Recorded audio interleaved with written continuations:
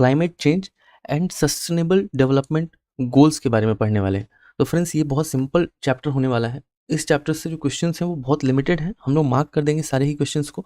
आप उन क्वेश्चंस का एक वीडियो बना लें या फिर आप इन क्वेश्चंस को जॉट डाउन कर लें कहीं पे, जिससे कि आपको इस चैप्टर को बार बार रिवाइज करने की जरूरत ना पड़े।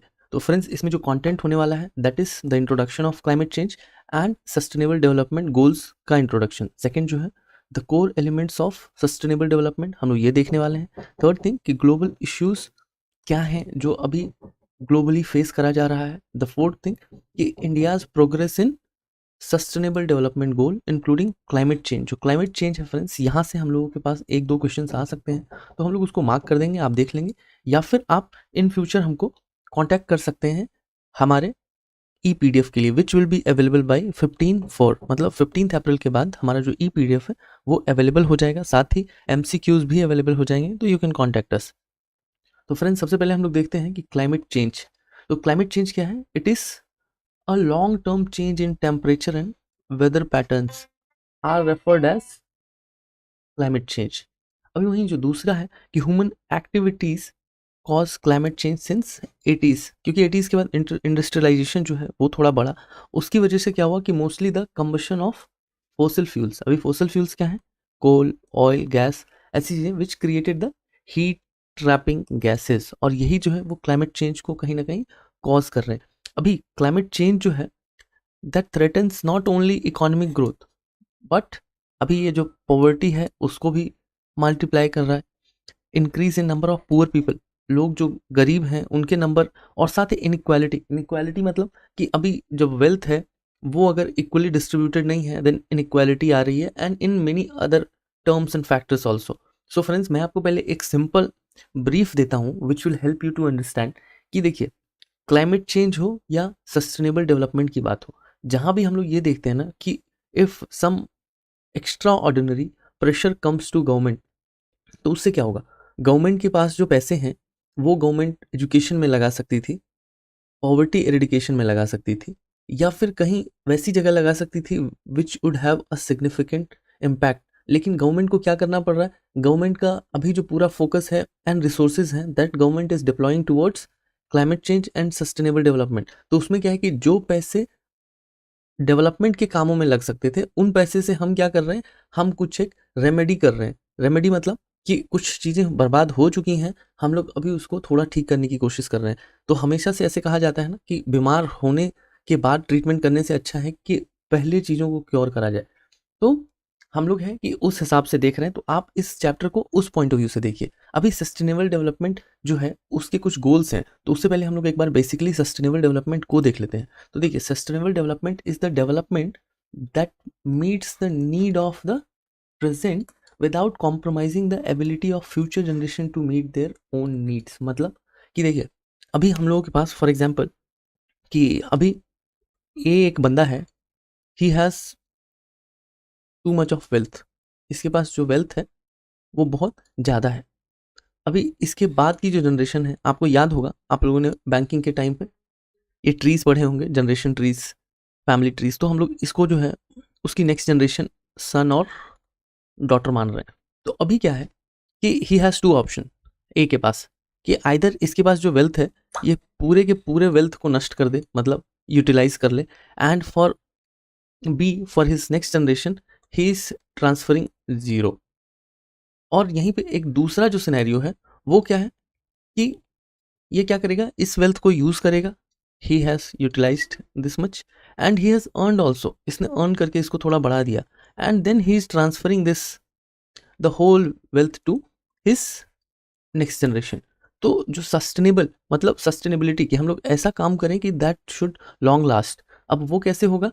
वो ऐसे ही होगा कि हम लोगों को हमारी ज़रूरत के हिसाब से अभी चीज़ों को खर्च करना है, क्योंकि we have seen in our previous chapters कि हमारे जो रिसोर्सेज हैं दैट इज़ वेरी लिमिटेड।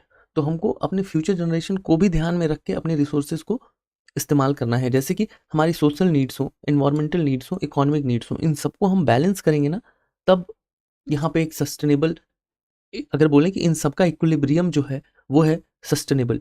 तो हम लोगों को जो है वो सस्टेनेबिलिटी के ऊपर ध्यान दे के ही डेवलपमेंट को करना है। और देखिए यहाँ जो पिलर्स हैं वो social, environmental and economic. I hope कि आप इस कॉन्सेप्ट को समझ गए होंगे। अभी हम लोग देखते हैं कि सस्टेनेबल डेवलपमेंट गोल्स जो हैं, इसमें जो 13 नंबर है ना, that is for climate action and this is one of the hot cake की, मतलब ये एक 1 मार्क क्वेश्चन डेफिनेटली बन सकता है। और जो टोटल सस्टेनेबल डेवलपमेंट गोल्स हैं दैट इज 17। और ये कहाँ से आए? ये 2015 में यूनाइटेड नेशंस की एक मीटिंग में 17 गोल्स को लिया गया। आउट ऑफ दैट 17 गोल्स जो है, one of that is climate action and that is 13। तो आपको ये याद कर लेना है। The official mission statement of this goal is to take urgent action to combat climate change and its impact। तो हम लोगों को वही ध्यान देना है कि जो अभी आप सुन रहे होंगे ग्लोबल वार्मिंग हो रही है और भी कई एक चीज़ें हो रही हैं, तो उन चीज़ों से कहीं ना कहीं हमारी फ्यूचर जनरेशन को खतरा होने वाला है। Definitely it is not going to harm us too much, but in next down the line 100 years maybe things will be severe. So better we should save the things, we should go for a cure. अभी जो sustainable development goal 13 है, उसमें target जो है वो up to 2030 तक दिया गया। मतलब मोस्ट ऑफ द टारगेट्स जो हैं वो 15 ईयर्स के लिए ही हैं। तो आपको ऐसे याद करना है कि 2015 में ये मीटिंग हुई थी और 2030 तक का गोल दिया गया है। Now will see the next कि जो हमारे 17 गोल्स हैं, what were those goals, and ये देखिए नेक्स्ट 15 ईयर्स में अचीव करने के लिए दिया गया है। तो देखिए द फर्स्ट वन जो है हम लोगों के पास, that is poverty, no poverty. Second, zero hunger. Third, good health and wellbeing. Fourth, equality education. Fifth, gender equality. Sixth, clean water and sanitization. Seventh, affordable and clean energy.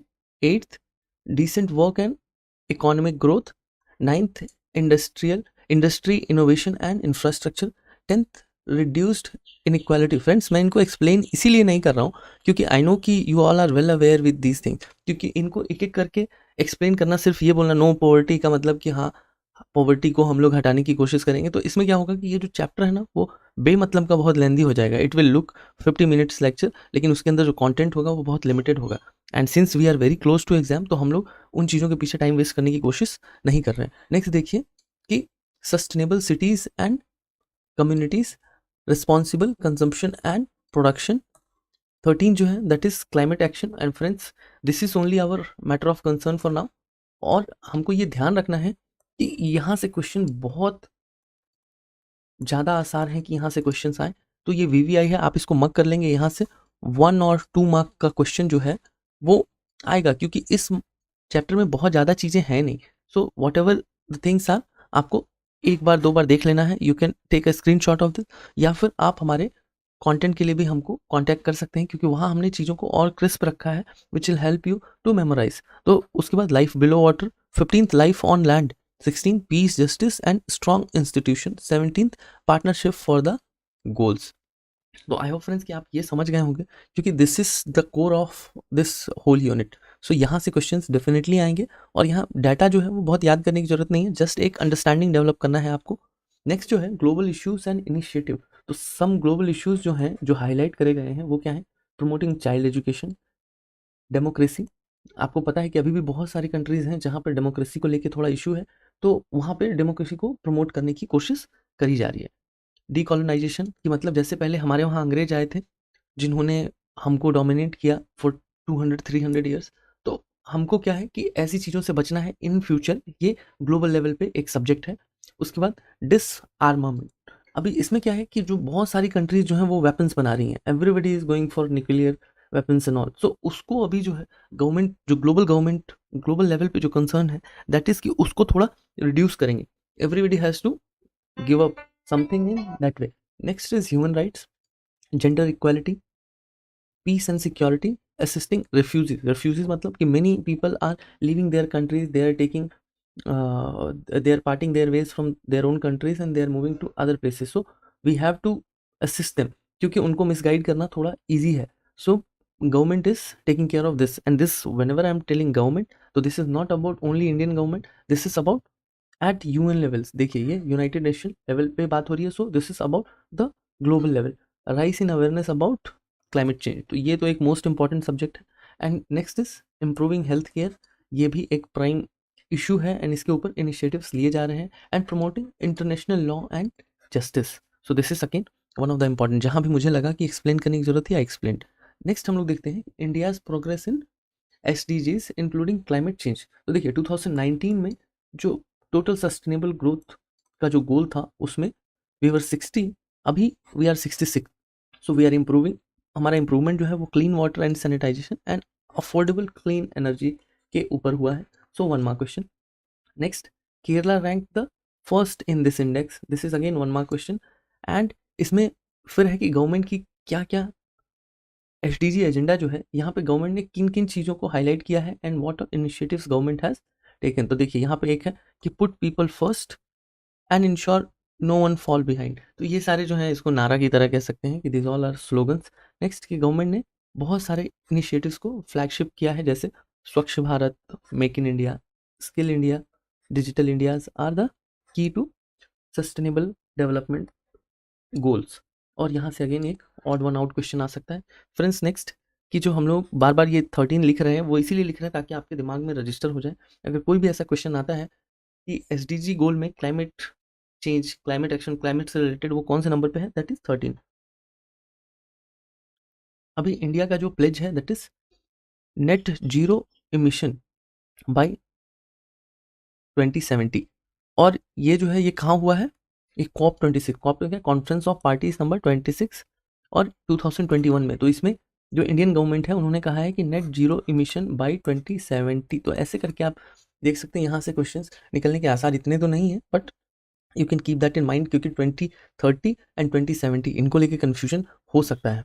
अभी हम लोग देख रहे हैं कि एक इंडियन गवर्नमेंट ने, क्योंकि हम लोग अभी ये इंडियन गवर्नमेंट के पॉइंट ऑफ व्यू से पढ़ रहे हैं, तो उन्होंने एक पंचामृत ऐसा करके कुछ बनाया है. तो इसमें क्या है, net zero emission by 2070, 500 gigawatt non fossil energy capacity by 2030, fulfilling 50% of its energy requirement from renewable energy sources by 2030, reduction in carbon emission by 1 billion tons till 2030, reduction in carbon intensity of its economy by less than 45%. तो आप जो ये जो datas हैं इनको याद कर लेंगे क्योंकि ये जो डाटाज हैं ना ये पूछे जा सकते हैं और इन डाटाज का अच्छा खासा significance. So as COP26 meeting India announce one sun one world one grid. तो ये अगेन 1 मार्क क्वेश्चन है क्योंकि यहाँ काफ़ी लिमिटेड चीज़ें हैं, तो यहाँ से यही सारी चीज़ें पूछी जाएंगी. That is related to solar energy, ये बहुत ऑब्वियस है. नेक्स्ट जो है इंडिया ने लॉन्च किया है प्लास्टिक हैकाथॉन, हैकाथॉन 2021. इसमें क्या है कि प्लास्टिक के यूज़ को पूरा बार कर दिया जाएगा, free of single use of plastic by 2022. तो ये जो पूरा टर्म था वो क्या था, प्लास्टिक हैकाथॉन 2021.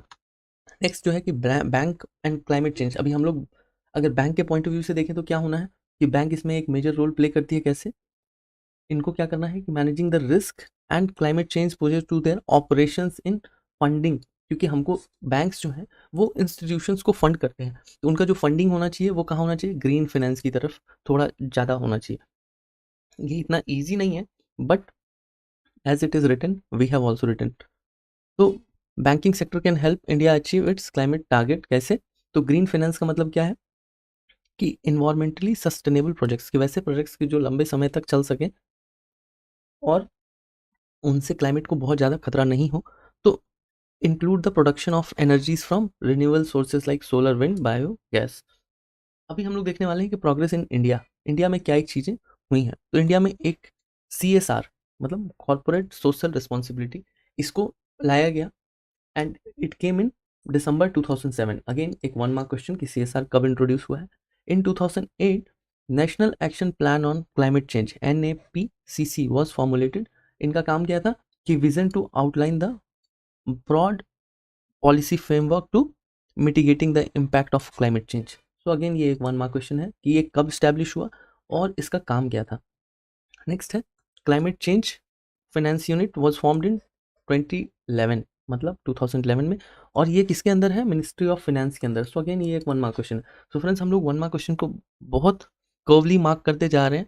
आप इनको नोट कर लें या फिर आप हमको हमारे नोट्स के लिए कांटेक्ट करें, बिकॉज फ्रेंड्स आप बार बार वीडियोस को नहीं देख सकते हैं, because videos will be time killing और अभी आपके पास इतना वक्त नहीं है. इन मे 2017 सेबी ने भी एक गाइडलाइन दे दिया है ग्रीन बॉन्ड इशुएंस का, तो ये अगेन ग्रीन बॉन्ड इशुएंस की बात आएगी, that is related to SEBI, and in 2017 it was introduced. Then government of India offers 30% of installation cost of rooftop solar panel with subsidy, कि अगर कोई भी लोग either institutional level, residential और social level और in most of the states कि कोई भी अगर लोग rooftop पे solar panel लगाते हैं then they'll get 30% सब्सिडी। तो ये देखिए यहाँ पे काफ़ी सारे वैसे क्वेश्चंस हैं जो निकल के आ सकते हैं। Now we are going to see CSR। हमने CSR पीछे ही देख लिया है, that is corporate social responsibility. इसमें क्या होता है कि इसका एक बेसिक लॉजिक ये है कि कोई भी एक कंपनी है, for example if we are taking it in term of one small village, तो एक विलेज में एक कंपनी है, वो कंपनी उस विलेज के बहुत सारे रिसोर्सेज को यूज़ कर रही है, either it is water, even their exertions की जो उस कंपनी से बाहर निकल रहा है, that is some dirty waters are coming out, some smokes are coming out, तो ये सारी चीज़ें जो हैं वो कहीं ना कहीं उस लोकेलिटी को इम्पैक्ट कर रही हैं। तो उसके against one CSR has developed कि corporate social responsibility against all of these, those corporates have the responsibility towards the society। तो उनको क्या करना है, उनको स्कूल्स बनाने हैं, उनको कॉलेजेस बनाने हैं, उनको हॉस्पिटल्स बनाने हैं उसी विलेज में। तो ऐसे करके एक कॉन्सेप्ट आया। फिर इस कॉन्सेप्ट को हम अभी देखते हैं कि इसको एट अ ब्रॉडर लेवल कैसे देखा गया है। सो एट अ ब्रॉडर लेवल, पहले मैं हर चीज़ को छोड़ के मैं पहले आपको बताऊं कि यहाँ पे देखिए कि एक मैंडेट है, that is 2% of their net profit. So this is one VVI question and one वहाँ क्वेश्चन कि मतलब कितना परसेंट होता है जो एक कंपनी को इन्वेस्ट करना है। सो 2% ऑफ देयर नेट प्रॉफिट जो है, अगर मैं विलेज के एग्जांपल की बात करूं तो उनको वहीं पे इन्वेस्ट करना है या डेवलपमेंट रिलेटेड काम में इन्वेस्ट करना है, क्योंकि वो सोसाइटी से कई चीज़ें ले रहे हैं और सोसाइटी में कई नेगेटिव चीज़ें भी, क्योंकि gases, smoke, dirty water, many things are coming back, तो उसके अगेंस्ट इनको कॉम्पनसेट करने के लिए so 2%, this is one benchmark, आपको याद रखना है। अभी हम लोग ऊपर से देखते हैं कि the aim of CSR is to voluntarily incorporate economic, social, environmental obligations into business operations and to achieve the long-term growth and demonstrate a beneficial impact on environment, employees, consumers, shareholders and communities। अभी यह है कि section 135 of company act provides the legal support for CSR in India. तो आप इसको याद कर लेंगे, 135 of company act that is 2013। अभी schedule 7 provides overall direction for CSR effort. Several sustainable development goals are associated to, देखिए SDG को अगर मैं पूरा इतना लंबा पढ़ दे रहा हूँ, sustainable development growth, then please उसको समझ लेंगे। Schedule 7 activities of the company act. अभी क्या है कि CSR जो है, schedule 7 of the company act attempts to eliminate hunger, poverty and malnutrition. ये अगेन एक 1 मार्क क्वेश्चन, क्योंकि ये सारे क्वेश्चन ना एक दूसरे से रिलेटेड है। अब यहाँ हम लोग सिर्फ शेड्यूल 7 की ही बात कर रहे हैं बार बार, तो एक शेड्यूल को ऐसे याद करना इतना मुश्किल नहीं है, but just you have to keep in mind, you note it down somewhere, so आपको सारी चीज़ें एक बार में मिल जाए और एग्जाम से पहले आप इन चीज़ों को थोड़ा देख के जाएं, विच विल हेल्प यू। अभी promoting health care, preventing healthcare sanitization, contributing to central government in Swachh Bharat Kosh program to promote sanitization and ensure the availability of drinking water. तो यहाँ से अगेन ये 1 मार्क क्वेश्चन है। तो friends I hope ये video काफ़ी छोटा होगा और ये चैप्टर जो था वो बहुत क्रिस्प था, so we have tried to keep its crispness without explaining it more. तो आई होप आप इसको देख लेंगे, आप एक नोट्स बना लेंगे एंड यहाँ से जो भी क्वेश्चंस, लिमिटेड क्वेश्चंस आने वाले हैं, आप उसको बार बार उसके गो थ्रू हो जाएंगे, जिससे कि आपको चीज़ों को समझने में आसानी मिले, बजाय इसके कि आप इसको बहुत ज़्यादा मग करें।